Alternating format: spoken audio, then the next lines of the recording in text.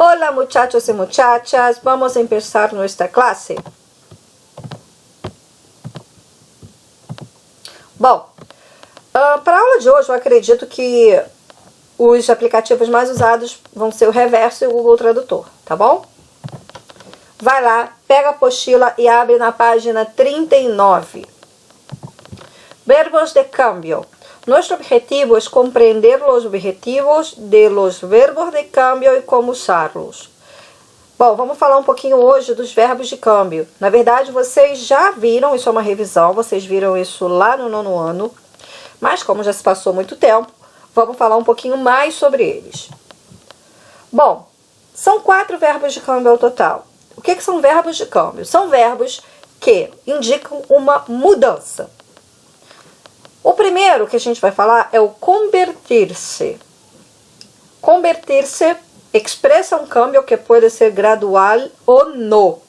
Então, eu vou usar o verbo convertir-se quando eu quero expressar uma mudança que ela foi gradual, ou seja, ela foi aos poucos, ou que não, ela foi rápida, de uma hora para outra. Então, botei aí o exemplo.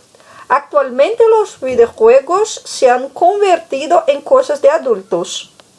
Então, atualmente os jogos de videogame se mudaram, né? Passaram a ser coisas de adulto. Antigamente, realmente, jogo de videogame, na minha infância, era coisa de criança.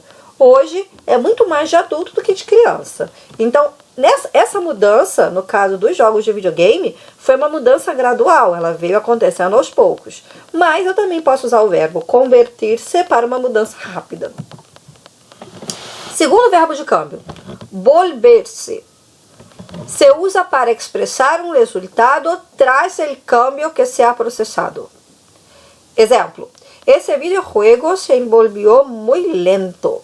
Ou seja, gente, eu vou usar o volver-se quando eu vou dizer uma mudança que aconteceu depois de outra mudança, tá? Então, nesse caso aí, primeiro, os jogos passaram a ser de adultos e depois esses jogos também passaram por uma outra mudança. Então, é como se fosse a mudança da mudança, tá? É uma mudança que ocorreu por uma mudança existente anteriormente. Aí eu uso o volver-se. Então, dá para perceber que eu não posso confundir o uso do volver-se com o uso anterior que nós vimos. Hacer-se. Usamos o verbo hacer em que situação? Para expressar um câmbio que pode ser voluntário ou não. Então, se eu vou falar de uma mudança que partiu de mim ou não, aí não tem a ver com o tempo, né? Se ela foi gradual ou não. Tem a ver do ponto de partida da mudança. Se partiu de mim ou não, tanto faz, eu uso o hacer-se. Exemplo, se hizo um experto em videojuegos. Nesse caso aí, olha só, indica voluntariedade e esforço. Se isso, se fez um experto, um especialista. Então, se fez um especialista em jogos. É uma mudança, nesse caso aí, de vontade própria. Mas, se fosse uma mudança que não partiu de vontade própria, se hizo médico porque seu padre queria. É uma mudança que ele não queria, mas que aconteceu. Não partiu dele, mas que ele aconteceu. Los videojuegos se hicieron pasión en nuestro país. Indica um câmbio gradual. Ou seja, dentro daquele país, os videogames se fizeram uma paixão nacional. Nesse caso aí, é uma mudança involuntária. Poner-se. Expressa um câmbio momentâneo de aspecto, de estado de ânimo, saúde ou dolor. O poner-se, gente, ele é muito específico. Ele vai ser usado em 3 situações. Para você falar da saúde, para você falar do seu estado de espírito, né, do seu ânimo, ou se você ficou com alguma dor.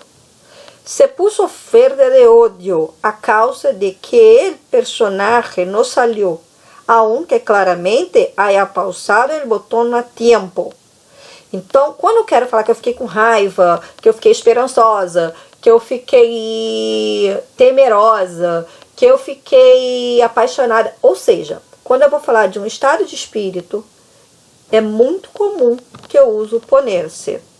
E para falar de dor, então, yo me puse com dolor de cabeça.